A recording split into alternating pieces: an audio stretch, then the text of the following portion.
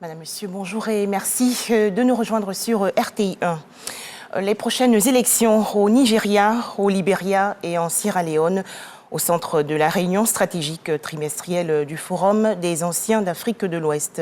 Les travaux et échanges se sont déroulés hier dans le district d'Abidjan, une initiative de la fondation Jonathan Goodluck.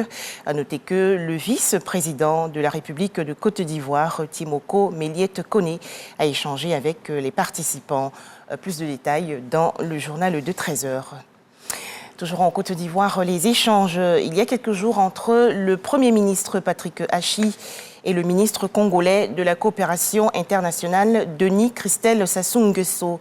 Une visite en Côte d'Ivoire en marge de la première réunion de la grande commission mixte de coopération entre Abidjan et Brazzaville. La mutualisation des moyens comme solution à l'absence d'un dispositif efficace de surveillance et de lutte contre la piraterie dans le golfe de Guinée. Des sénateurs français séjournent ainsi en Côte d'Ivoire. Ces parlementaires ont visité récemment l'Académie régionale des sciences et techniques de la mer. Objectif, renforcer le front sécuritaire. Les explications dans ce reportage de Lanciné Bakayoko. L'insécurité maritime dans le golfe de Guinée, région riche en hydrocarbures, se manifeste globalement par les atteintes à la sécurité de la navigation, des biens et des personnes, tout autant qu'aux menaces visant le commerce maritime. Aujourd'hui, il est établi qu'aucun gouvernement de cette région ne dispose de moyens d'agir seul.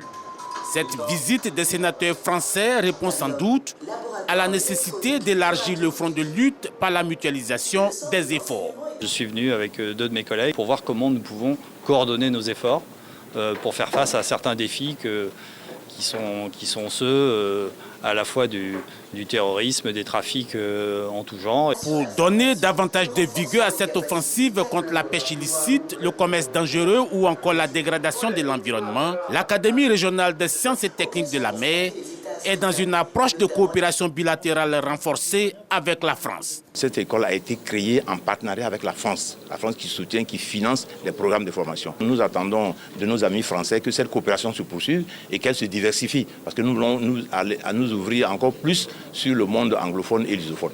Un appui des partenaires multilatéraux qui devrait aussi intégrer l'expertise africaine. Une architecture de sécurité maritime régionale est d'ailleurs en cours d'élaboration à Yaoundé. En image, l'actualité hors de chez nous. Ouverture aujourd'hui à Luanda, en Angola, des travaux du sommet sur la crise en République démocratique du Congo. À noter que dans le Nord Kivu, province de l'Est de la RDC, un calme précaire règne sur les différentes lignes de front entre l'armée congolaise et les rebelles du M23. Toujours en image, cette double explosion aujourd'hui à Jérusalem, en Israël. Bilan, un mort, une quinzaine de blessés et un état d'alerte générale. La police israélienne, de son côté, confirme qu'il s'agit d'attentats à la bombe. Enfin, direction la Russie, où s'ouvre aujourd'hui le procès à huis clos de l'opposant Ilya Yachine, à Moscou, la capitale.